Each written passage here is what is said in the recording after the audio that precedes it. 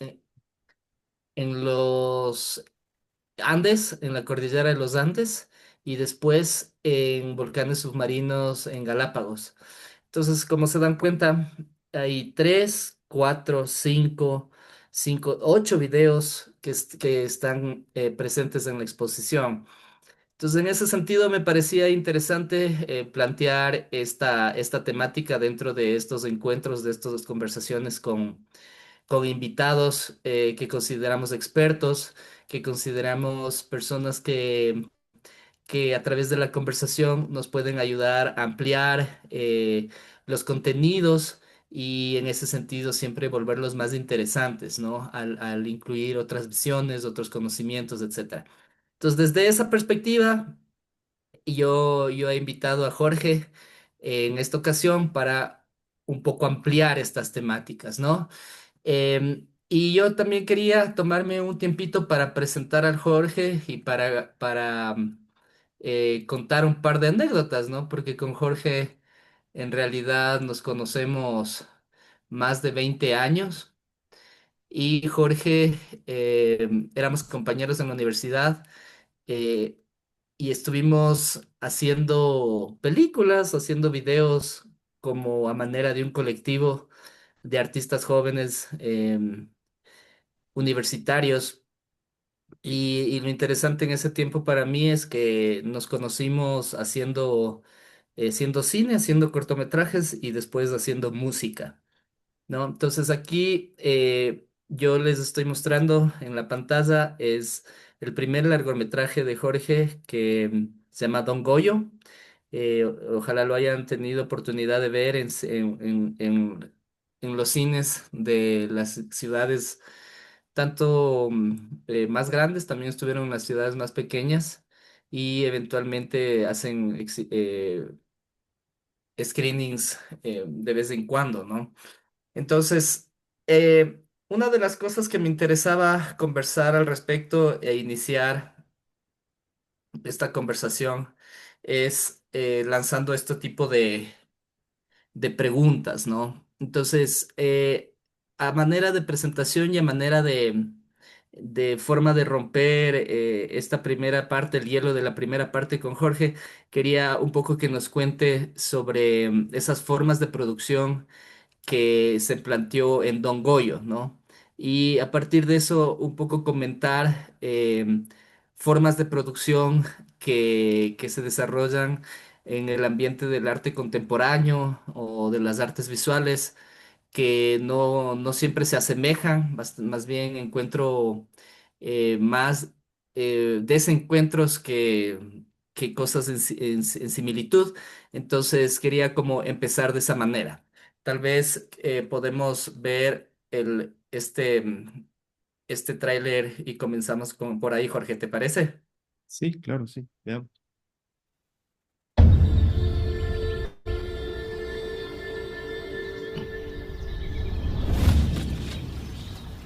Allá, en el corazón de la montaña. Ahí vivía Don Goyo, por el viejo camino a Gatazo.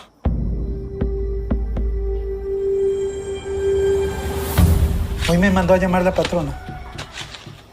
Y me dijo, tú no vas a alcanzar a pagarme.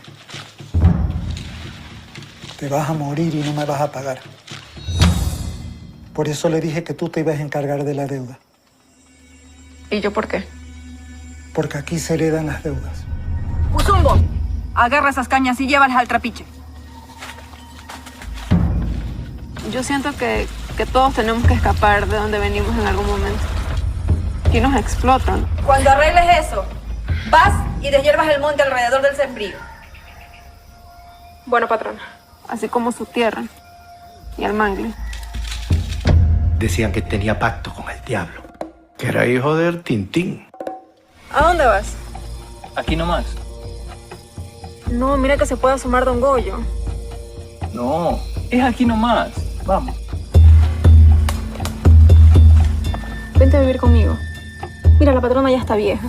Cualquier rato se muere. Piensa, Nico, ¿quién se va a hacer cargo de todas estas tierras? Nadie. No es mala idea. Me contaron que te vieron por las cantinas con el Nico ese. Si sigues así, nunca me vas a pagar. La patrona se está tirando a tu macho.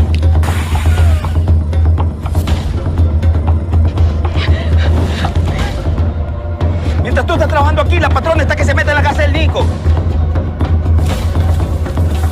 Nico no es capaz de hacerme eso. A mí nadie me traiciona. Soy Don Goyo Quimí.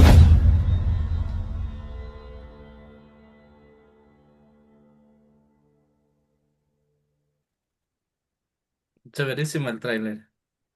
Ok. Bueno, sí, gracias por las palabras, Paul.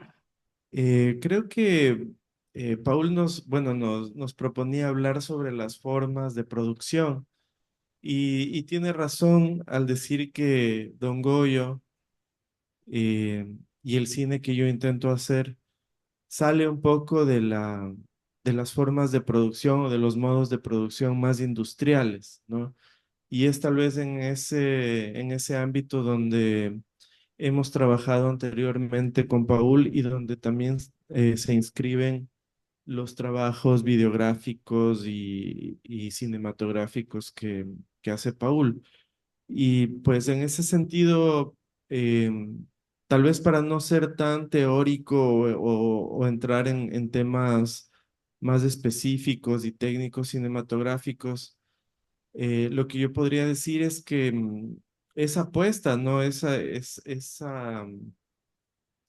idea de hacer un cine un poco al margen, pues también impacta en el resultado final, ¿no? De alguna u otra forma. Esta forma diferente que adoptamos en Don Goyo era pues la de hacer un cine em, que al mismo tiempo sea pedagógico, que permita a estudiantes aprender mientras hacen cine y también que se acerque a las comunidades y se acerque a historias muy locales, ¿no? Que sea un cine situado, en este caso, en Guayaquil y sus alrededores. Y eso pues creo que genera un resultado final distinto que se va fuera de las formas más convencionales del cine. Y es también ahí donde, como dije, nos encontramos con Paul en la forma de trabajar. Y más allá de eso, tal vez un poco expandiendo y tal vez incluyendo también otro tema a la conversación, creo que hay un encuentro también en la idea de hacer que el cine no sea tan antropocéntrico. Y bueno, me explico un poco eso, ¿no? El cine generalmente, y es, yo creo, el arte de la vida, del cotidiano, del ser humano. Entonces, en ese sentido, está muy centrado en el ser humano. La historia del cine es la historia de tramas y de situaciones que les pasa a personas, ¿no? Entonces, en ese sentido, ese ha sido su camino. Y con Don Goyo, por ejemplo, intentamos descentrar un poco esa idea, ¿no? Haciendo que el bosque que ustedes vieron ahí también sea un personaje de la película y así los seres humanos no sean pues el centro o el total centro de esta historia, a pesar de que siguen siendo muy importantes, ¿no? Entonces creo que es ahí donde también nos encontramos con Paul, más que nada en las películas que ha hecho para esta exposición. Y pues en términos ya más académicos y filosóficos sería pues un intento, ¿no?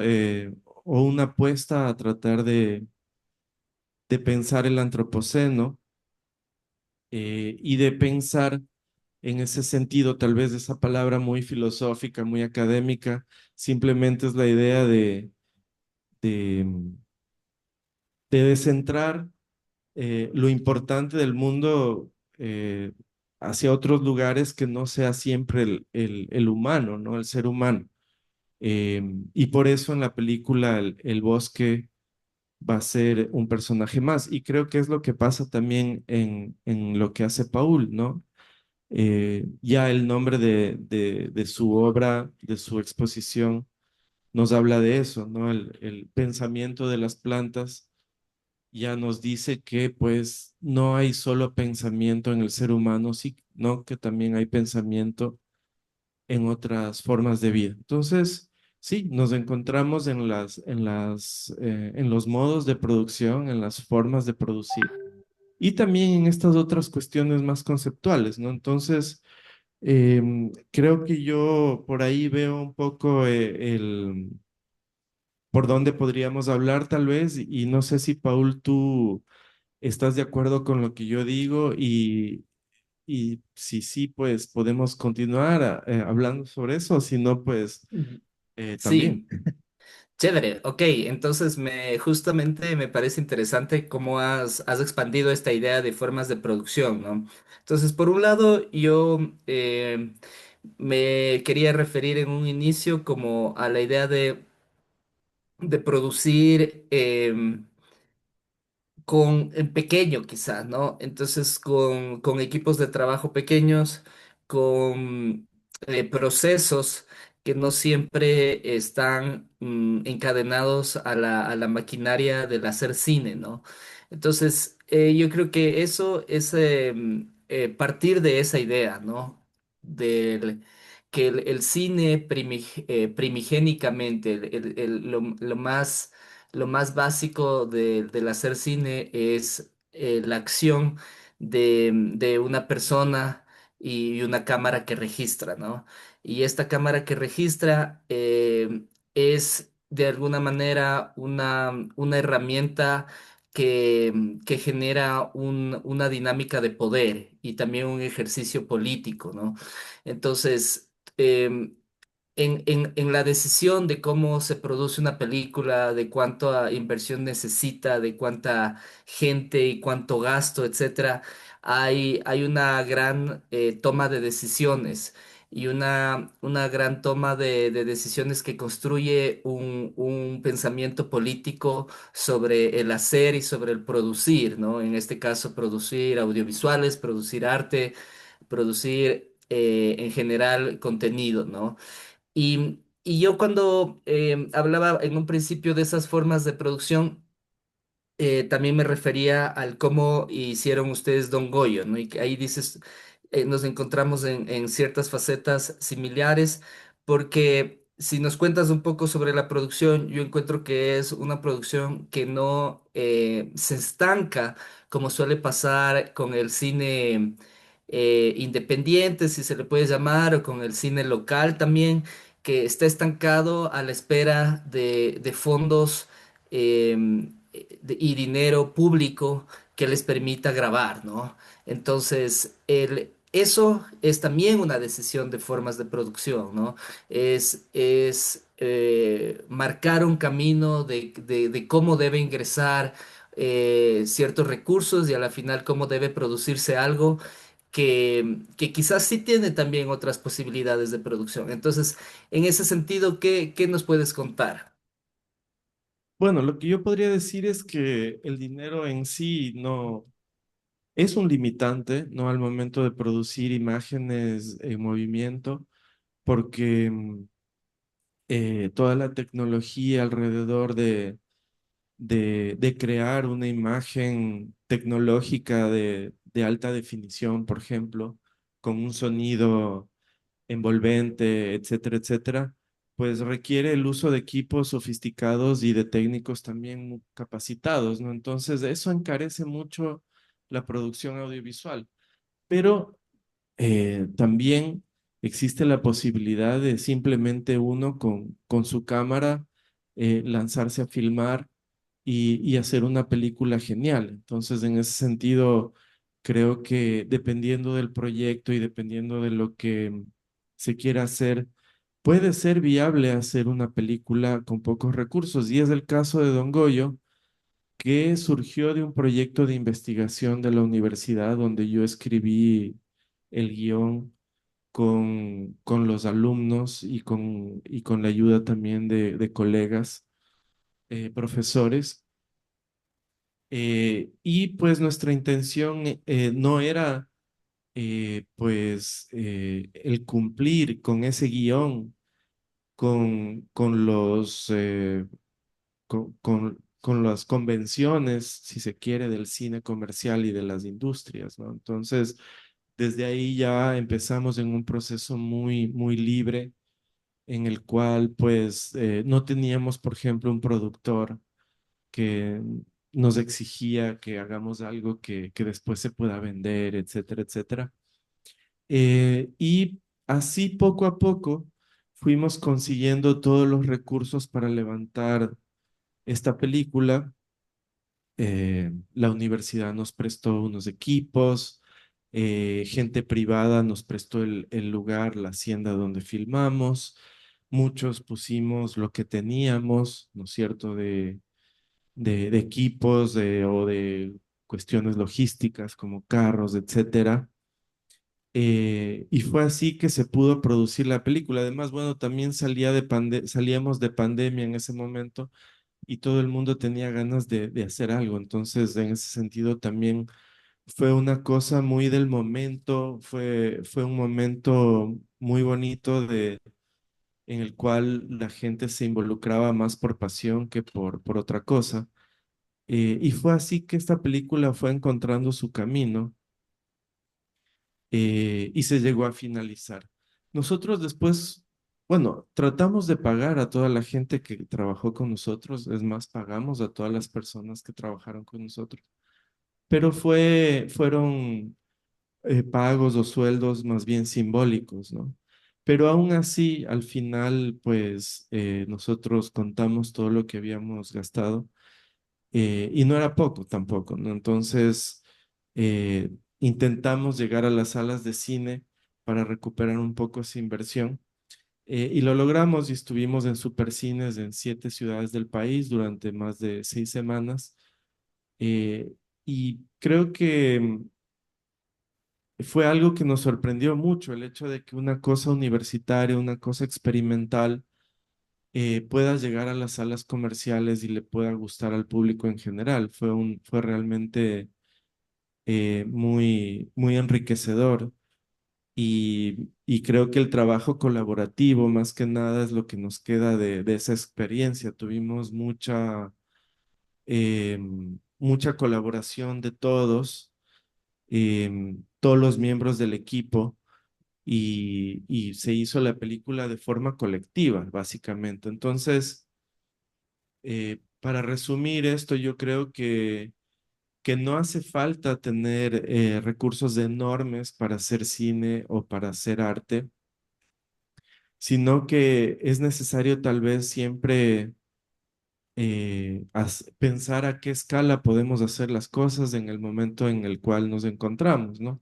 Por ejemplo, yo ahora estoy haciendo una segunda película y toda la repercusión que tuvo la Don Goyo me permite ahora tal vez pasar a un proyecto que sí es más comercial, que donde ya entran fondos públicos, entran fondos internacionales, etcétera.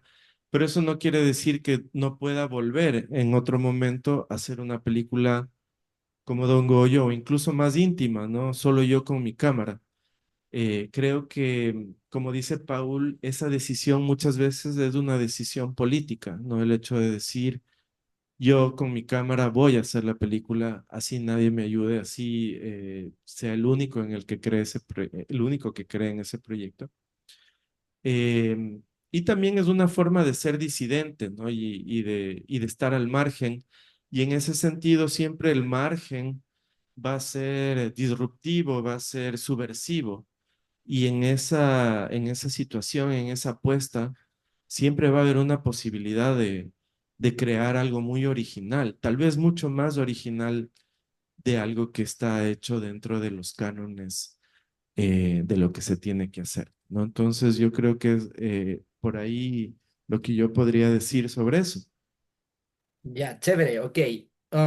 Me parece súper interesante como marcar esa división, ¿no? Yo también me refiero a esto por el sistema que de reproducción o de distribución que tienen los audiovisuales, ¿no? El sistema cine, ¿no es cierto? Es un sistema que como tú cuentas, está regido por el número de días o la fluctuación de veces que tuvo la película en ciertos cines y eso se cuenta en semanas, etcétera, ¿no? Y se contabiliza como en personas que pagan un boleto, etcétera. Entonces, esa, ¿no es cierto?, es igual una manera en donde se puede distribuir una película o también no, ¿no? Entonces, en ese sentido, ¿tú alguna vez has pensado que la película también podría servir en un ambiente tipo una sala de exposición? Como distinto, como también hace poco en el MAC hubo esta otra exposición que era del Javier Andrade, en donde hicieron también como una instalación a partir de un corto, algo así, ¿no?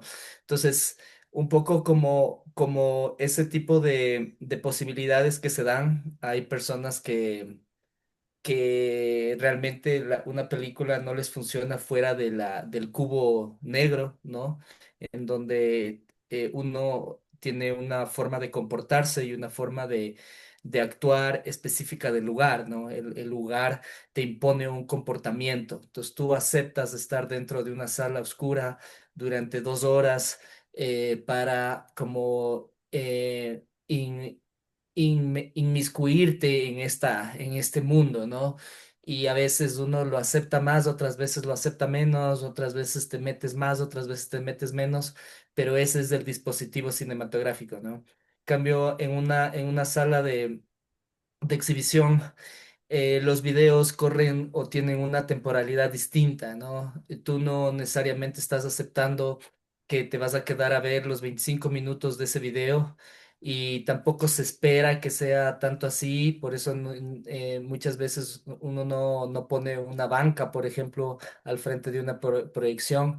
En el caso de nuestra instalación, creo que solo hay una banca en toda la exposición, como asumiendo que esos videos, ¿no es cierto?, se consumen de otra manera. Tienen el lugar de visionaje y de distribución de esos videos, hace que el comportamiento y la forma de consumirlos, ¿no es cierto?, es distinta. Y en ese sentido también quería como que avanzar un poco en esta conversación haciendo estos paralelismos, ¿no? Entonces, el siguiente punto que quería yo recalcar es que en el cine muchas veces se trabaja de una forma un poco más rígida en cuanto al seguimiento de un guión. Yo no sé si tú trabajas con un guión, por ejemplo, pero en mi caso yo no. Entonces, yo quería compartir en este segundo momento de la charla un poco eh, algo o algunos elementos del proceso creativo para la producción de uno de los videos que están ahí en exhibición, que es el que se llama Cosmos Lluvia Gris. Ya, es de este video que está en la sala, es esta sala, eh, le han de haber visto No, ahí, ¿no? ahí la Sí, vemos. se ve, ya.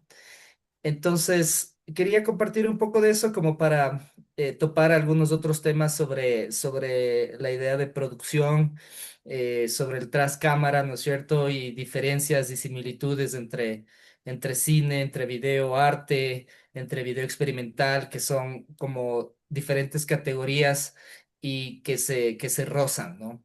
Entonces, bueno, este proyecto yo los considero siempre como video instalaciones, ¿no? En donde los elementos funcionan o están emparentados, están interrelacionados en la manera en que funcionan como grupos, ¿no?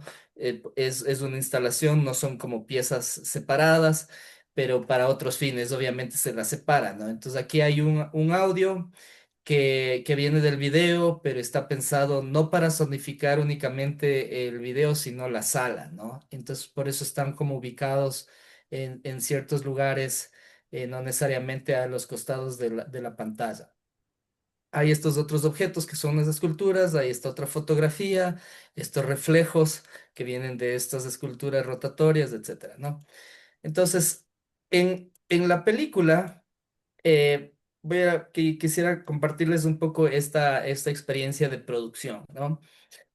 Este, este proyecto se consumó a partir de una invitación a esta exposición de la que les estaba mostrando las fotos, que se daba dado el, el aniversario, no me acuerdo qué año de llegada de Humboldt al Ecuador, ¿no? Entonces esta era una exposición conmemoratoria que ponía en muestra algunos proyectos relacionados al trabajo de Humboldt en general, ¿no?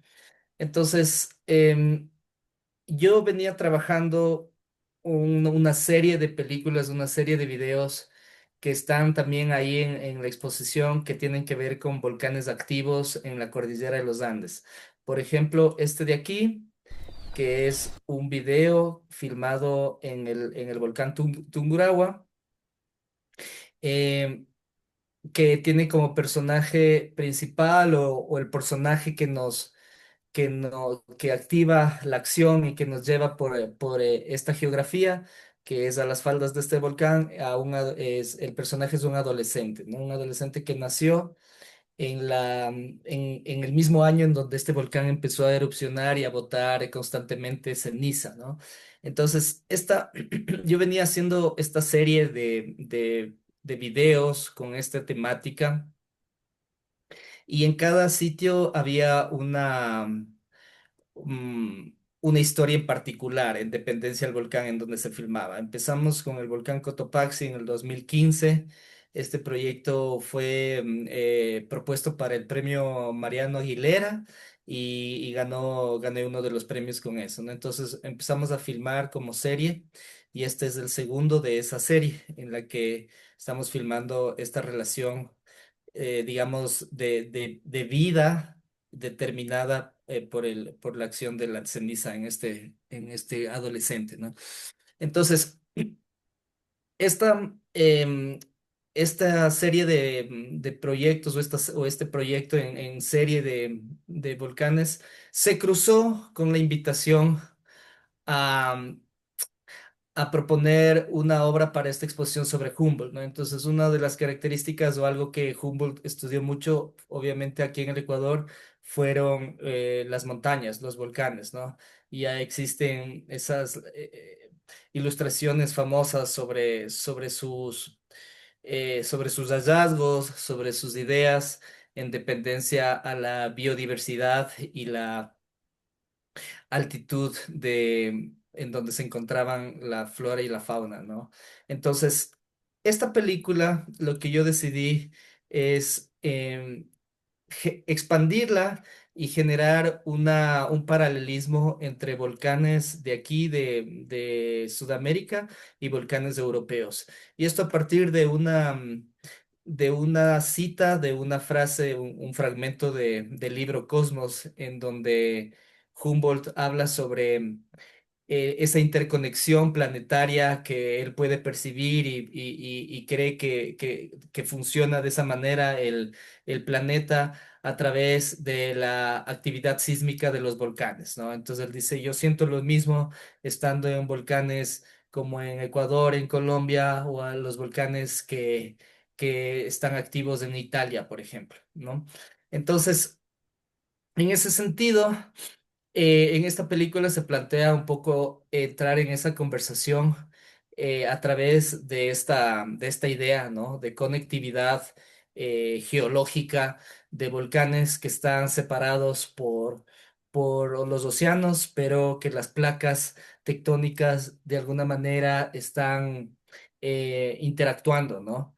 Y así que empezó a gestarse esta película, digámoslo así, ¿no? Entonces, esta película se formó de varias ideas alrededor de personajes mujeres en volcanes, ¿no? Entonces, yo lo que les había preparado aquí es un poco para mostrarles a qué me refiero con esto. Entonces, una de las películas que me había influenciado era esta que se llama Casa de Lava de Pedro Costa, que es un director de cine portugués con una mirada muy particular. Entonces, quiero mostrarles como fragmentos de un par de cosas, ¿no? Entonces, veamos un fragmentito de esto. Pode.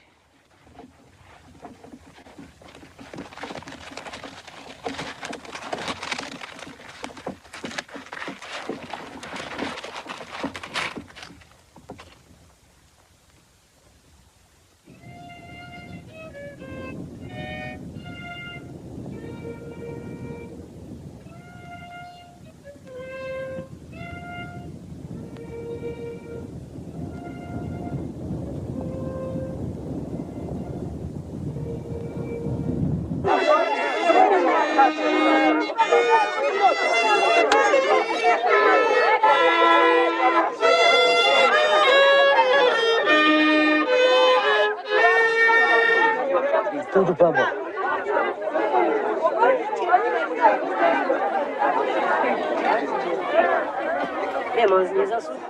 Quanto ele era com esta perna, e tinha de baba para todas as ilhas. Toca, toca sempre. Funerário, casamento, ali na Brava, ali na Filha Santo. A música que te mata fome, música que te mata miséria, música que te mata lágrimas. Música é cachorro, é má patroa. Homem cresce pagamento, hora que trabalha o seu consolo. Primeiro, Jean Castelimbre, segundo dia Catim.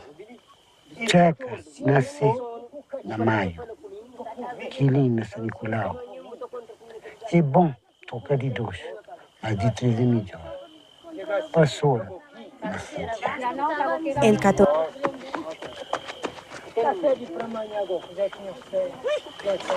Menino fêmea, só a Tina que tem. Menino macho tem mais de 30. Raulinho, Zé, Quilinho, Nela, Checa. Manandro, que papai é bom. Desgraça em filho, que passa. Vício estende mais. É vício de mulher que tem. Alina, quando eu era membro, nunca pegamos para uma bocatinha unha. Ya, bueno. De esta película, como se habrán notado aquí, la personaje principal siempre está vestida con este vestido, ¿no? Es como una mezcla muy, muy a propósito que se quiere manejar, ¿no? Como de alguna manera esta fragilidad o no sé, esta... eh, eh, cercanía, digamos, con el entorno, cuando estás escalando, etcétera, no sé, siempre estás muy protegido, ¿no? Y que las chompas y los guantes y todo, ¿no? Entonces me pareció interesante ese punto en esta película. Y otra película que, que me interesaba mostrarles o comentar al respecto, que me ayudó a construir este proyecto, era una película que se llama Stromboli, que es del director italiano Roberto Rossellini, ¿no? Entonces, esta película, en cambio, a blanco y negro, tiene a la personaje principal. Vamos a ver un poquito esto, ¿no? Dios.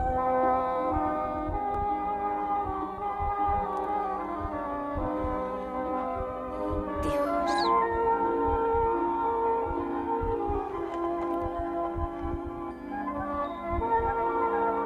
La naturaleza.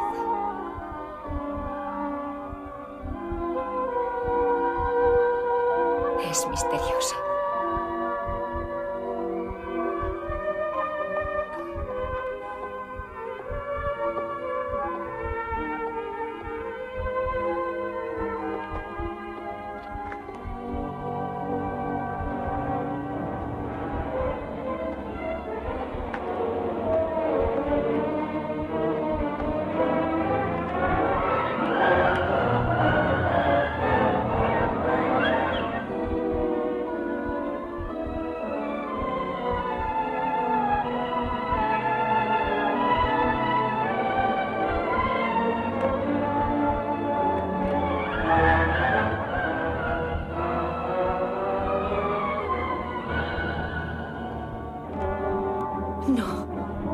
No puedo volver.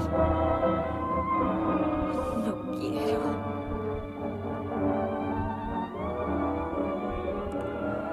Son horribles.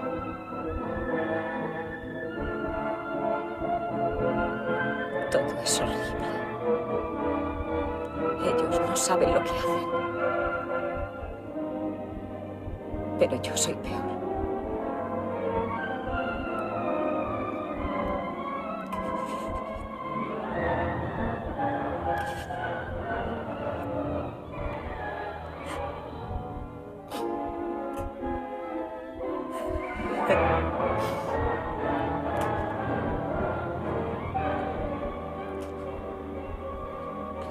Yo te salvaré. Hijo mío. Dios. Ayúdame. Por favor. Dame fuerza. Comprensión. Dame valor.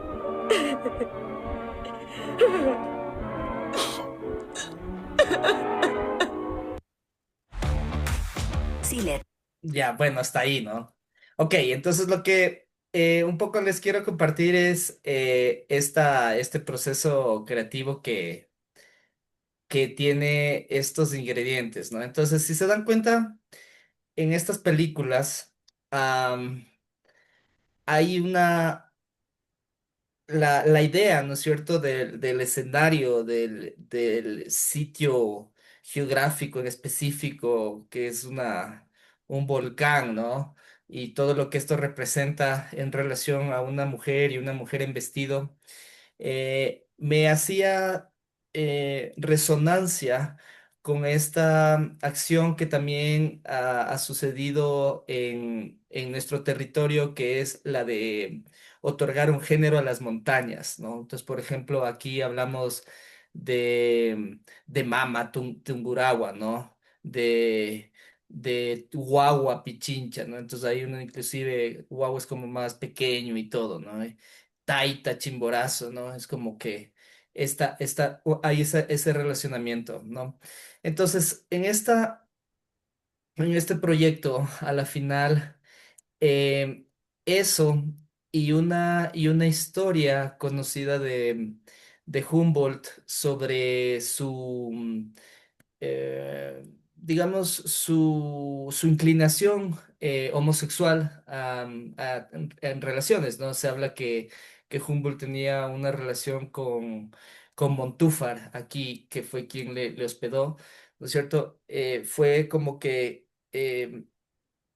construyendo la forma del tratamiento de esta película, ¿no? Entonces, en esta película, debido a todos estos ingredientes, construimos un personaje que era un personaje más bien como andrógeno, ¿no? Entonces, en un momento, esta película,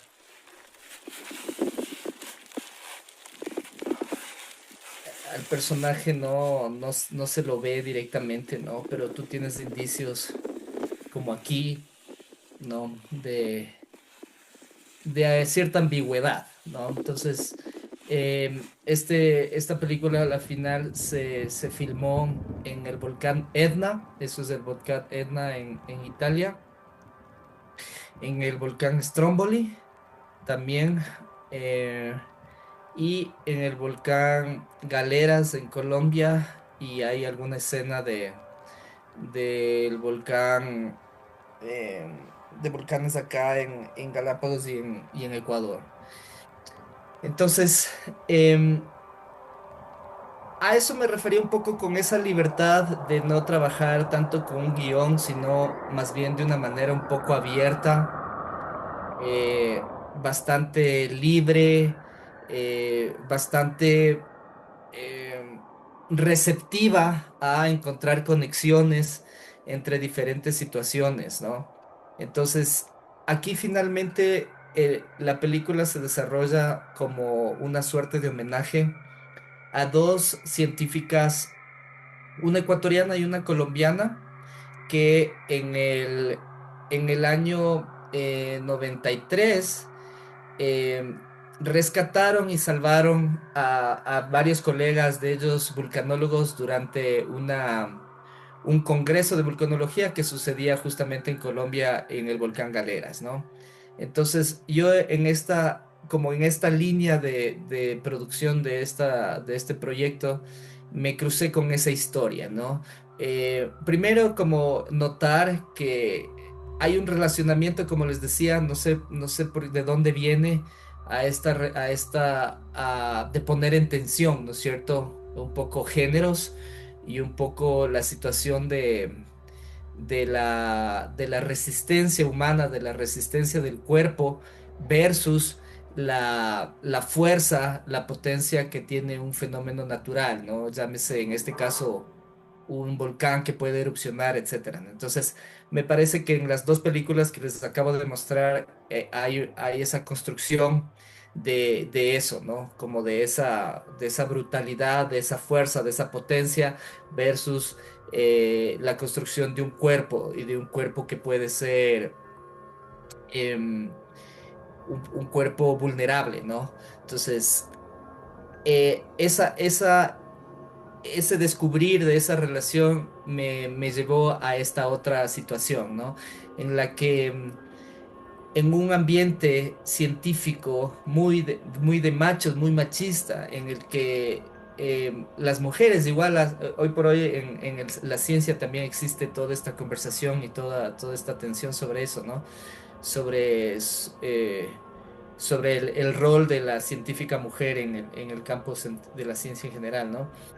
Entonces, en el de la vulcanología no era la excepción, también era como que los padres de la vulcanología, los científicos más respetados, estaban como elevados a una categoría y las científicas mujeres no. Y resulta que en esta situación que es muy particular, ¿no? En la que justo en una convención de vulcanólogos se van a hacer como una visita a este volcán y el volcán les erupciona, ¿no? Y les erupciona a ellos estando arriba, cerca del cráter, y varios de ellos murieron, otros salieron heridos. Y en la anécdota lo que me pareció interesante es que estas dos vulcanólogas no estaban allá arriba con ellos estaban como abajo, como esperándoles, como personal de apoyo. Y cuando empieza a erupcionar el volcán, en lugar de huir, cogen el carro y más bien suben a tratar de rescatar a gente, ¿no? Y entre esos a tratar de rescatar a su mentor, ¿no? Que era un vulcanólogo norteamericano. Y en efecto lo logran, le salvan, ¿no es cierto? Le bajan malherido, le llevan en el carro y todo, y logran salvarle, ¿no? Entonces, en este caso, esta historia, que es una historia, ¿no? De la relación desde el punto de vista científico, el estudio de estos seres, ¿no? Que son los volcanes, eh, genera como este relato, ¿no? Y no un guión, sino como una historia que se va como entretejiendo poco a poco y queda bastante como metafórica, ¿no? Entonces, a la final, lo que ustedes están viendo en este video es como un juego entre estas dos geografías, ¿no? Aquí este personaje andrógeno lo que está haciendo es preparar perdón, un queso a la manera tradicional, como se hace en Suiza, en Italia, etcétera, ¿no? Que es como cuajando la leche en el sitio y etcétera. Entonces, esa es la acción que está haciendo mientras este volcán está erupcionando atrás. Ese es el volcán Stromboli, ¿no?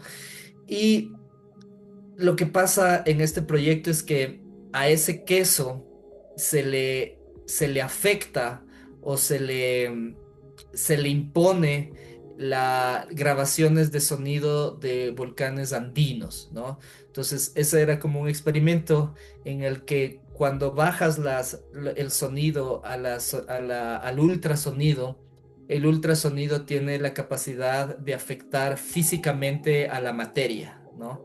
Entonces, la materia termina afectada de diferentes modos, ¿no? En el caso de algo comestible, le puedes cambiar el sabor, ¿no? Entonces era como un gesto un gesto decolonial de transformación de este símbolo cultural europeo a través de sonido como sudamericano. Era un juego de eso, ¿no? Entonces esto que es también, que así un poco se construyó este proyecto y y ahorita, por ejemplo, estas partes ya son filmaciones, en cambio, me parece, en Colombia, ¿no? Entonces es como que va saltándose y regresa otra vez a Edna y está este personaje como que atravesando territorios que están un poco desdibujados, que más bien es la conexión es netamente como física, ¿no? Entonces, este era un proyecto que quería como compartir, como los entretelones, como un poco las formas de producción de cómo se fue haciendo esto, ¿no? Ese es el proyecto que está ahí en la exposición. em, y ya, hasta ahí, ahí te dejo como que para que comentes, Jorge. Dale. Bueno, se han dicho muchas cosas. em, También, bueno, impresionado por ver estas imágenes tan increíbles en una pantalla tan grande. Me ha gustado mucho verlas. También ver a Stromboli, a Rossellini, también pues a Casa de Lava de Pedro Costa. Y de todo lo que dijo Paul, ¿no? Me queda resonando eso del guión, ¿no? Donde él puso el énfasis tal vez. Y, y pensé mucho en los inicios del cine, eh, la diferencia entre los Lumière y Georges Méliès, ¿no es cierto? Que son los dos, los Lumière, los inventores del cine, y Georges Méliès de los primeros directores de cine que hubo. Y de cómo eran distintos, ¿no? Los Lumière querían usar la cámara para explorar el mundo y dijeron, bueno, salgamos y filmemos todo el mundo a ver cómo es, para registrarlo, ¿no? Y para guardar esa memoria. Y en cambio, Georges Méliès se encerró en un estudio parecido a esto, con un guión a crear historias, ¿no? Que venían obviamente de la literatura y del teatro. Y ese fue el cine o la propuesta cinematográfica que terminó siendo la hegemónica y que ganó, ¿cierto? Y la que se impone hasta el día de hoy como la más potente, la hegemónica, para decirlo de alguna forma. Pero, y esto continúa hasta los días de hoy, pero unas formas disidentes se han ido desarrollando desde el inicio del cine, pero que han ido tomando forma más que nada a partir de la modernidad de 1945, justamente con la aparición del neorrealismo italiano. Stromboli, la película que mostró Paul de Rossellini, hace parte de ese movimiento. Y ese movimiento, pues si bien cuenta historias de personas, como generalmente hace el cine, está mucho más abierto a ver qué es lo que pasa alrededor de los personajes y además de a salir de los estudios de grabación y filmar en el mundo real. Y esto pues es una tendencia que se va a volver cada vez más fuerte. Podríamos verlo también como el documental influenciando al cine de ficción, ¿no? O como un cine de no ficción, un cine que no se subordina a la literatura ni al teatro, que empieza a emerger y que cada vez también se incluye dentro de ese cine de historias, ¿no? Entonces, ahí es donde se inscribe también Pedro Costa, ¿no? Con Casa de Lava. Em, el volcán va a ser un personaje más en las dos películas, en Stromboli y en Casa de Lava, y también en lo que vemos de Paul, ¿no? Entonces, eso me parece súper interesante cómo lo ha trabajado Paul y, y pues creo que es una apuesta muy interesante hacia un cine que ya lo venimos viendo desde hace algún tiempo, que no es un cine que se basa en la narrativa, sino que le da al espectador una serie de imágenes o de situaciones em, que más bien generan diferentes emociones y sensaciones y que no necesariamente cuentan una historia, ¿no? Entonces yo creo que es en esa línea en la que ha inscrito su trabajo cinematográfico Paul, sin duda, yo lo veo así.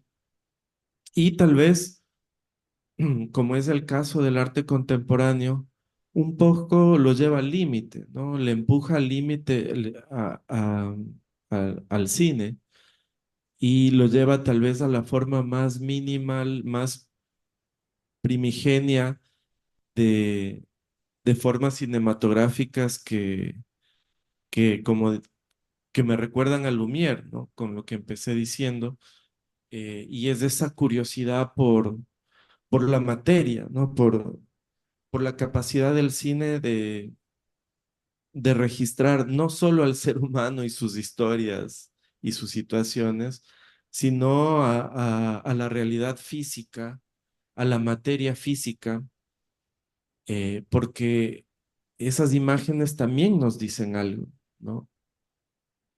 No solo la historia de la señora que va a tener un hijo, que es el caso de Stromboli, ¿no? Que es un personaje de Europa del Norte que va al sur de Italia porque se enamora de un italiano cuando finaliza la guerra, pero después se da cuenta que ella no pertenece ahí, que no quiere estar ahí.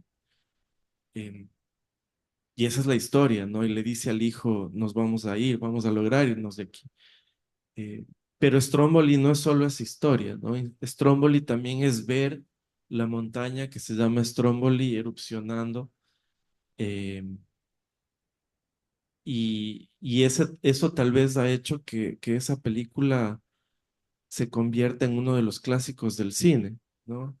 Hay otras películas que en ese mismo gesto cinematográfico, por ejemplo, registran y se vuelven memoria de una ciudad, como es el caso de Los Olvidados, de Luis Buñuel y la Ciudad de México, ¿no? La UNESCO declaró a esa película patrimonio eh, mundial, ¿no es cierto?, cultural, porque registra una Ciudad de México, sus alrededores, sus favelas, por así decirlo, en los años 60, que hoy ya no existe y que solo existe en esa película.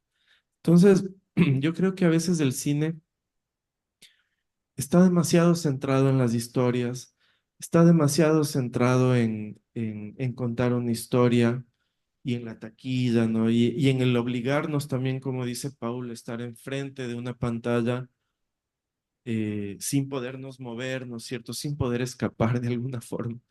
Em, y el trabajo del Paul y el trabajo de otros artistas como Pedro Costa o como Rossellini nos demuestran que el cine no es solo eso, sino que puede ir mucho más allá.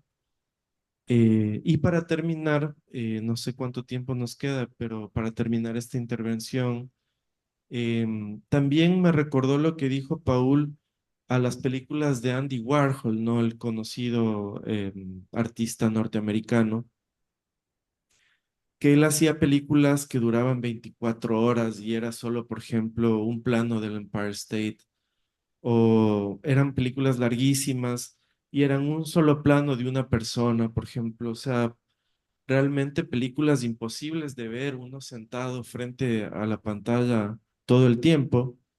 Entonces le preguntaban, pero ¿cómo se disfrutan tus películas? ¿No? ¿Cómo? Dice, no, o sea, tú la puedes poner ahí y puedes estar haciendo otras cosas, volver y después la ves y está ahí, ¿no es cierto? Y eh, él ponía, por ejemplo, las películas en fiestas, ¿no? Donde la gente bailaba, estaba conversando y estaban por ahí detrás, ¿no? Entonces, las películas también pueden existir así, ¿no? Y creo que, que justamente esa relación entre el arte y el cine han permitido que eso pase y, y el arte en cierta medida le ha ayudado al cine a avanzar y a salir un poco de esa dictadura, como digo, del guión, ¿no? Que, que es un poco, que si bien es muy fructífera, también en cierta medida subordina un arte a otro, ¿no? El arte cinematográfico a la literatura. Porque si nos fijamos, cuando nosotros escribimos un guión, estamos ya representando el mundo a través de las palabras, ¿no? Y cuando lo filmamos a ese guión, estamos haciendo una representación de la representación que ya se hizo escrita, ¿no? Y esa es la forma industrial y de hacer cine y la más común también. Pero también uno puede hacer cine solo con la cámara, ¿no? Sin necesidad de las palabras, porque la cámara también puede filmar sin la existencia de un guión previo, como lo demuestra Paul y otros, y muchos otros, ¿no? Entonces, y yo también, ¿no? Para un poco incluirme en eso, si bien no de la forma radical como lo vemos en la obra de Paul, en mi película Don Goyo, yo también me permitía filmar muchas cosas que no estaban en el guión y que hacen parte de la película final, justamente para transmitir esas atmósferas, esas situaciones que más que contar una historia, transmiten una sensación, una atmósfera, una emoción. Y yo creo que el cine cada vez está yendo más hacia esas formas más libres de un cine más sensorial que no necesariamente tiene que contar una historia, ¿no? Pero claramente son todavía formas cinematográficas que, que están en la periferia de ese gran cine hegemónico que es el de las historias y el de la literatura, al fin y al cabo, ¿no? Que es literatura llevada a la pantalla. Em, eso por lo que nos ha contado Paul. Bueno, y también aprovecho para felicitarte por esas imágenes, ¿no? Filmar un volcán en erupción no debe ser fácil, me imagino, estar ahí. Eh, También en esta exposición vemos a volcanes, ¿cómo es? Se me fue ahora la palabra, no erupcionar, bajo del Activos. agua, en el mar, Ah, submarinos. bajo, en el océano, en el fondo del océano, donde Paul también fue a filmar esos volcanes, cómo erupcionan en esos lugares. Entonces, también, bueno, primero felicitarle a Paul por ese esfuerzo que ha hecho y que es un esfuerzo que justamente se conecta con lo que yo digo, ¿no? Él hace ese esfuerzo para ponernos en ese lugar y para brindarnos la sensación tal vez que él sentía cuando estaba ahí. Entonces, no es un cine de historias, sino es un cine de sensaciones y de emociones, ¿no? Que creo que nos abre una posibilidad de interpretación muy grande de lo que estamos viendo y que nos permite vivir cosas que tal vez no podríamos vivir de primera mano, ¿no?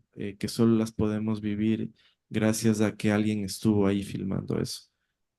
Eso puedo comentar por el momento. Qué chévere, qué interesante. Ahorita me dejaste algunas cosas en la cabeza. Una, esta división que haces con respecto al objetivo de un cine hegemónico, ¿no? Que sí, en realidad es contar historias, ¿no? Y cuando vemos, indagamos un poquito más en esa idea, ahí empieza a resurgir esta idea de lo experimental en el sentido de cómo se cuentan esas historias, ¿no? Y cuán legibles y entendibles resultan las historias. Y mientras más legibles, más comerciales quizá, mientras los temas más cercanos, más coyunturales, más mainstream podrían ser, ¿no? Entonces me pareció interesante eso porque cuando dices, por ejemplo, estas películas de Andy Warhol que tienen esta duración larga, también me hiciste acuerdo a una obra que no me acuerdo ahorita, el artista justo estaba buscando, pero no encuentro, que es una obra de un video en la que... eh, ralentizan toda la película de Vértigo para que dure 24 horas, ¿no? Si has visto esa. Y, ¿no es cierto? Y es como coger esto justo lo que estamos hablando, ¿no es cierto? Es como coger una historia de una película que es como una película de culto, ¿no es cierto? Que es cine puro en el más alto nivel, digamos, y como que de alguna manera estirarle para quitarle deshacerse de esa historia porque ya no es entendible, ¿no es cierto? Porque apenas puedes ver que las cosas están pasando. Yo vi esa obra en vivo y me acuerdo que me causó mucha conmoción, ¿no? Porque como dices tú, no es una película que está ahí para contarte una historia, sino es unas imágenes, unas audiovisuales que están construyendo un momento, una experiencia, ¿no? Y esa experiencia es muy, muy sensorial, muy emotiva y puede ser inentendible, que es lo que me pareció lo más interesante, ¿no? Que ves algo y no entiendes lo que está pasando, pero estás sintiendo algo, ¿no? Entonces, muchas veces el arte tiene eso, ¿no? Que puede ser algo que es abstracto, es inentendible y al mismo tiempo te atrapa, ¿no? Eso me parece una dimensión de la práctica artística muy, muy interesante, ¿no? Que el arte no se necesita entender, ¿no? Necesariamente para que te funcione o te llegue. Y creo que en ese sentido, en el audiovisual o en la práctica que yo también propongo, hay un poco de esa intención, ¿no? Y la de construir una suerte de voces que te cuentan historias de formas raras o que tratan de contarse por sí mismas. Entonces, para terminar, quería un poco compartir justamente lo que mencionabas un poco como el proceso de producción y también un poco de imágenes que resultan de estas filmaciones submarinas, ¿no? Entonces, aquí les quería mostrar un poco documentos que hago. Estos proyectos son también parte de investigaciones que llevo a cabo en la universidad donde trabajo, en la San Francisco. Entonces, son reportes, ¿no? De salidas de campo, etcétera. Entonces, este, por ejemplo, es un reporte de no hace mucho tiempo, del año pasado de una segunda salida de campo de filmación en Isla Isabela. En este caso, para filmar por segundo año consecutivo el crecimiento de corales criados en un vivero, ¿no? Y cómo se van adaptando a un nuevo sitio, digamos, a una repoblación de un pequeño parche de arrecifes, ¿no? Entonces, aquí estaba como filmando, como grabando sonido, por ejemplo, con unos hidrófonos, utilizando un kayak, ¿no? Ahí como estando ahí horas y horas en el agua y tratando de diferenciar como tres niveles de sonoridad que producen estos animales, ¿no? En este caso los corales. Este proyecto también tiene como una parte que es de como un experimento de laboratorio en donde se intentan simular ciertas condiciones eh, para poder seguir grabando y monitoreando este proceso de crecimiento, ¿no? Entonces, em, estos videos, ¿no es cierto?, resultan de como de estas ideas y para terminar quería mostrar este de aquí, que es un video de este volcán submarino filmado en Galápagos, en el que, así como tú dices, me pareció una descripción súper acertada de la intención que tenemos, ¿no? Que es realmente como compartir la experiencia, que es una experiencia casi performática, es una experiencia de cuerpo completo, ¿no es cierto? De fenómeno, estar ahí y tener que bucear y entrenar, aprender a hacer estas cosas para poder estar ahí, ¿no? Y entonces ahí podríamos ampliar la conversación nuevamente a ese lado de la tecnología que mencionaste en un principio, ¿no? Que eso también se podría filmar, por ejemplo, con submarinos, ¿no? Y lo que yo te pueda contar o cómo puede estar estas imágenes presentadas creo que tendrían totalmente otra energía, otra aura, otra, no sé si podrían llegar, no sé, otro tipo de producción artística, ¿no? Entonces solo quería compartir esto como para ir terminando. Entonces, estas son unas imágenes del volcán Roca Redonda, un volcán submarino que está al noroeste de Isla Isabela en la Reserva Marina de Galápagos.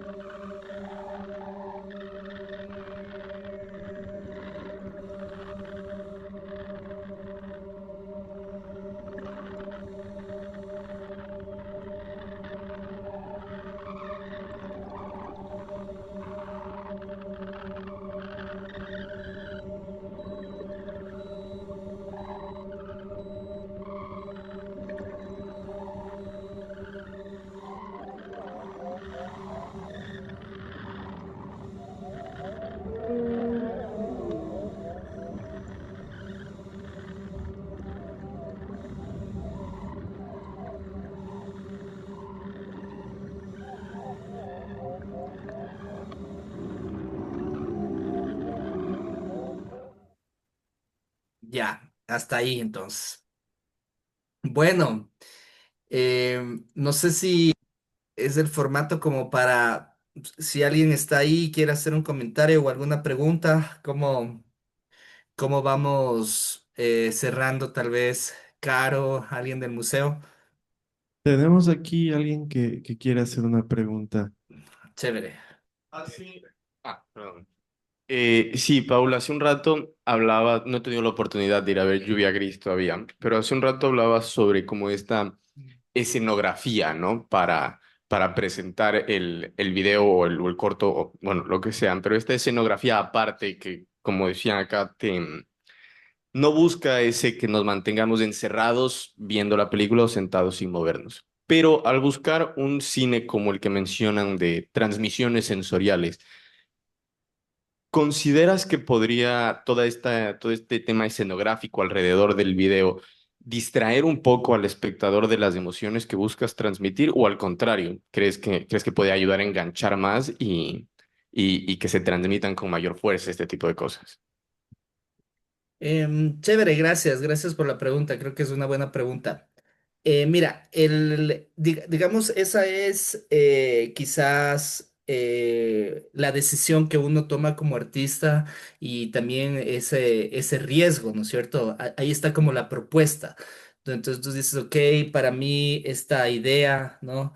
Que se transforma en una historia contada de una manera tal, la transmito de esta manera, ¿no? Estos son los elementos que para mí tienen que interactuar en un espacio y cada uno de esos elementos va como tejiendo un poco esto que quieres decir, ¿no? Entonces, esa es mi forma de pensar y quizás por eso tiendo a hacer instalaciones, ¿no?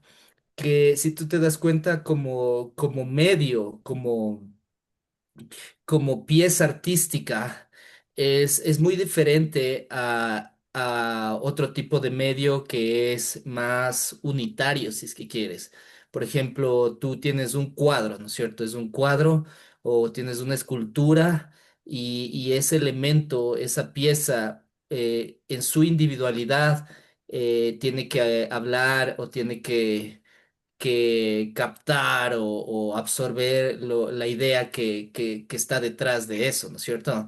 Entonces, es una cuestión de decisión, ¿no? Entonces yo evidentemente aspiro que funcione como elementos que se interrelacionan y te transmiten eso, ¿no?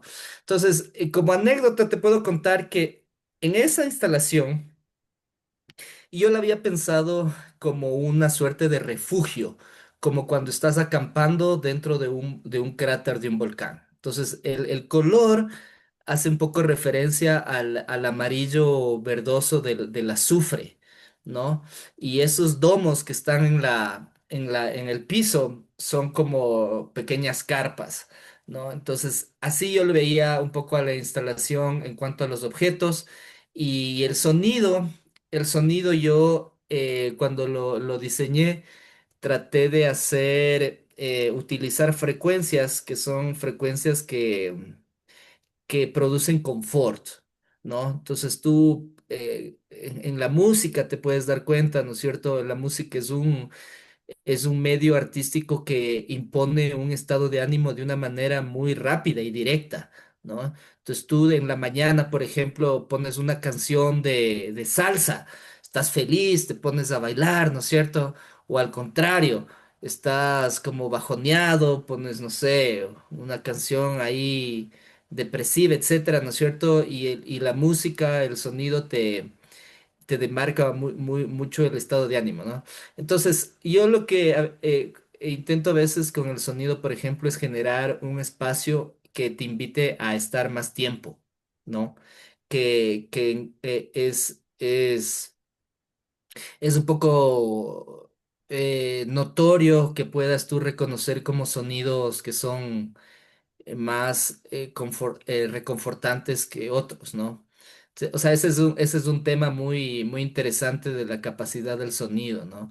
Porque tú tienes sonido, por ejemplo, hay unos instrumentos que sirven para disipar manifestaciones que usan la policía, que es como eh, un, ¿cómo se llama? Un megáfono que le prendes y saca una frecuencia así horrible que no puedes soportar. Entonces disipa una multitud que está ahí, ¿no es cierto? O inclusive se sabe, por ejemplo, que en Guantánamo una de las cosas que les hacían para como torturarles a los presos era ponerles música rock todo el día, ¿no? Entonces decían que los manes se volvían locos de estar escuchando como esa música pesada así todo el día, ¿no? Entonces tú puedes usar como el sonido de una manera bien sensorial, ¿no? Entonces es como un poco, esto es una idea en el fondo muy simple, ¿no? Tú te das cuenta un bar cómo está ambientado, ¿no? Hay un bar que vas, que no sé, ponen jazz, entonces tiene un ambiente ahí, no sé, en bohemio, lo que sea. Vas a otro bar que es música, reggaetón, etcétera, tiene otro ambiente, ¿no? Entonces no vas a conversar, vas a bailar, etcétera, etcétera. Entonces, en el caso, volviendo a la pregunta, yo un poco intento así construir la instalación, ¿no? Entonces, si como que cada elemento de alguna manera va contando la cosa y, y en el rato de que si te atrapa, ¿no es cierto? De ley te vas a ver la película. Es como, es como funciona en general, digamos, cuando te atrapa una obra de arte, ¿no? Entonces tú ni siquiera le pides verosimilitud a algo. Entonces tú estás, por ejemplo, leyendo algo fantástico, yo qué sé, El Señor de los Anillos o lo que sea. Y lees, ¿no es cierto? Y no estás preguntándote como, estos seres no viven, que esto no es verdad, sino que ya estás metido en la historia, ya estás metido en el cuento y ya aceptas esas condiciones, ¿no? Y te vas como de largo. Entonces, yo pienso un poco de eso, que ese es un poco un recurso literario en el fondo, ¿no? Es como que la literatura tú lees y te invita a imaginar todo un universo a través de la lectura, ¿no? Pero esa imaginación es tuya propia, ¿no? Porque a la final lo que estás leyendo son palabras, ¿no? En cambio, en el cine sí hay un poco más y en el teatro, ¿no es cierto? Esta multiplicidad de medios, ¿no? Es multimedia. Entonces, a veces no necesitas imaginar, ¿no? Entonces te dan las cosas demasiado contadas. Por ejemplo, un documental de televisión, ¿no es cierto? Tiene una narración que va acorde a las imágenes, te está diciendo esto, te está diciendo el otro, es muy informativo, ¿no? No es algo que te invite a imaginar, a sorprenderte quizás, es por sobre todo algo informativo.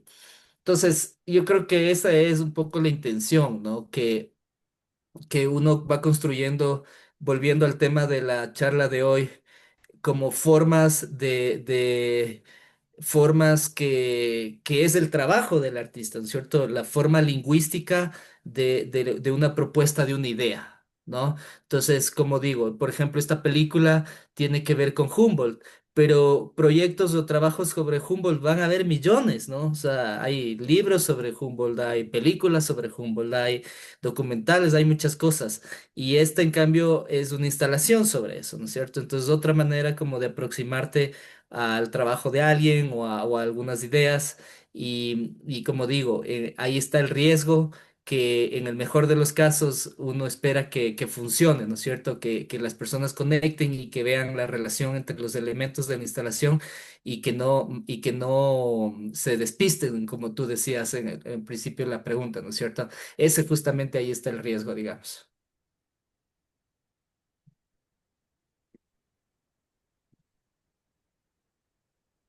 Bien, A ¿alguna mí otra? me gustaría hacer dos preguntas, una para Jorge y otra para Paul. Gracias. La primera es de Demetrio, prácticamente con el realismo mágico, la naturaleza formaba parte. ¿Tuviste algún McGuffin alrededor o algo que, por ejemplo, que nos puedas relatar con la naturaleza, porque estabas en la zafra, estabas en todo ese ámbito natural? Sí, bueno, en la novela también Demetrio Aguilera Malta hace un retrato del mundo montubio y del Golfo, de las comunidades del Golfo del río Guayas, pero al mismo tiempo también mucho de su entorno, ¿no? Buscaba también hablar mucho de de las herramientas que utilizaban, de los lugares donde ellos estaban. Entonces, por eso esa novela ha sido considerada la primera novela ecologista de América Latina, ¿no? Entonces, eso ya estaba ahí y yo también traté de hacerlo en la película, ¿no? También traté de no centrarme totalmente en los personajes, sino también darle al espectador, como mencionaba Paul, la posibilidad de tener emociones y sensaciones más allá de los personajes y a través de la naturaleza en especial. Eso fue un poco, y también era un reto la cuestión de la atención, ¿no? Siempre es un reto en ese sentido, porque los seres humanos al ser animales racionales queremos entenderlo todo, ¿no? Y a veces nos estresamos si no entendemos lo que estamos viendo, lo que estamos escuchando, y por eso lo rechazamos, ¿no? Y muchas veces en ese sentido, por eso yo creo que el arte y en general y lo que hace Paul son prácticas que nos permiten un poco deslindarnos de ese lado racional y tratar de vivir las experiencias desde otro lugar que no sea nuestro razonamiento. Y eso es bueno porque dentro de nuestro razonamiento, pues también, si hay cosas positivas, también hay negativas, ¿no? Las taras que podríamos tener, los prejuicios que podemos tener. Entonces, en ese sentido, considero que el arte que hace Paul, como todo arte, es liberador, ¿no?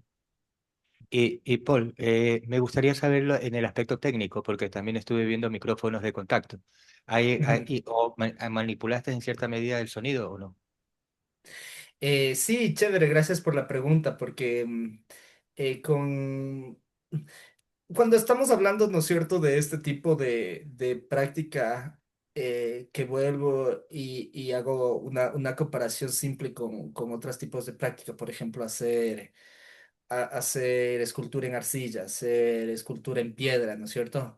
Estamos hablando de una técnica y una tecnología distinta. Entonces, cuando estamos haciendo audiovisuales, llámese cine, etcétera, o como decía el Jorge al principio, que en dependencia de qué tipo de imagen, qué calidad de imagen estás explorando, vas a necesitar equipos muy sofisticados, cámaras, etcétera, ¿no? Entonces, para mí la pregunta de la tecnología está muy presente porque algunas de las ideas requieren tecnologías que son más experimentales o son utilizadas dentro de campos más de investigación, etcétera, ¿no? Entonces, cuando empecé a hacer, en, digamos, cuando empecé a trabajar con estos micrófonos de contacto, era por un proyecto que hice en la Antártida grabando glaciares y icebergs y cosas así. Entonces, esas son frecuencias, son ondas que, que están ahí como una presencia física, ¿no es cierto? Como un fenómeno natural físico, pero que no necesariamente son audibles, ¿no? Sino que que se las puede capturar como señales eléctricas, digamos. Entonces, por eso era la necesidad de utilizar ese tipo de micrófonos que eran, en ese caso, hidrófonos, ¿no es cierto?, resistentes al agua, que puedan capturar esas frecuencias que están viajando en el hielo congelado, ¿no? Entonces, eso ha estado presente, digamos, en mi práctica desde hace mucho tiempo y de ahí también como la relación con la tecnología y con eh, hacer cosas o construir máquinas a veces que te permiten desarrollar una idea, ¿no? Entonces, yo lo veo un poco dentro de esa línea, ¿no? Porque si seguimos hablando de lo que estamos hablando ahorita, como de esta idea del lenguaje, si te das cuenta en la historia del desarrollo del lenguaje, hemos ido construyendo herramientas que nos permiten traducir las ideas, ¿no? Entonces, las ideas primero estuvieron en nuestro cuerpo, luego pasaron a ser sonidos, ¿no es cierto? Que intentaban representar una idea a través de un sonido. Ese sonido luego pasa a ser un dibujo, ¿no? Un dibujo que se va refinando y se convierte en una letra, ¿no? En un jeroglífico en el pasado y luego en una letra, etcétera. Entonces tú puedes ir revisando así como, por ejemplo, la letra M o ciertas letras vienen de un dibujo que en realidad era como una onda, ¿no? Como de agua, así. Y van transformándose en el tiempo, ¿no? Entonces, yo creo que en la parte bastante liberadora del arte es precisamente buscar, y desde un punto de vista obviamente conceptual, ¿no? Yo sí me considero un artista conceptual que sabe hacer cosas con medios, ¿no? Entonces, si tú tienes una idea y la idea estás desarrollándola, investigando, etcétera, eh, tienes que buscar la forma de transformar esa idea en algo. Eso me parece como una parte liberadora o una parte de búsqueda que tiene la práctica artística, ¿no? Y que, desde un punto de vista docente, etcétera, tal vez eso intentamos inculcar, ¿no? Porque a veces uno piensa al revés, ¿no? Que uno es lo que es porque sabe una técnica. Entonces, por ejemplo, yo soy artista porque sé pintar o porque sé dibujar y no al revés, ¿no? Entonces, un poco a mí me gusta enseñar desde al revés, ¿no? O sea, tú puedes ser artista sin saber técnicas artísticas, sino que puedes ir aprendiendo un lenguaje artístico y puedes ir aprendiendo formas de traducir esas ideas y en esa búsqueda, en ese camino. Vas valiéndote de ciertas tecnologías, ¿no? Sean micrófonos de contacto, sea lo uno, sea lo otro, sea nadar, sea saltar, y lo que sea, ¿no? Cosas que te lleven la idea. Entonces, un poco por ahí va el uso de esa tecnología que era para eso en un principio y después la seguí usando para grabar estos glaciares de los volcanes activos, ¿no? Entonces, eso fue en el Cotopaxi y después ya las historias de cada sitio me llevaban por otro lado y ya no necesariamente usaba esos micrófonos, ¿no? Así es un poco el por qué están ahí esos micrófonos en ese caso.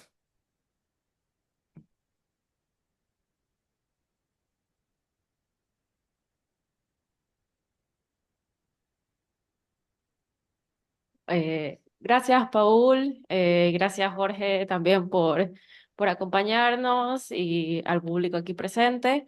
Bueno, les recuerdo que la expo de Paul va a estar hasta el domingo 20 de julio y que estamos planificando un evento con Paul de cierre, que probablemente sea una fiesta, que incluye un performance también dentro de la sala. Pero bueno, todavía estamos en esa planificación. Entonces, eso sería el viernes 18, así que también están invitados. Y bueno, eso, inviten a sus amigos, a sus familiares, a que vengan a ver en este último mes la exposición de Paul. Muchas gracias. Gracias. Muchas gracias. Gracias a las personas que hayan asistido. Una buena noche. Gracias ahí en el museo también y muchas gracias, Jorge, a ti. Gracias, Paul, también por la invitación. Gracias, Carl. Y gracias a Kat, que está ahí arriba, ex alumno. Ah, buenazo, Kat. Sí, gracias. Gracias, Paul. Ya, buena noche entonces.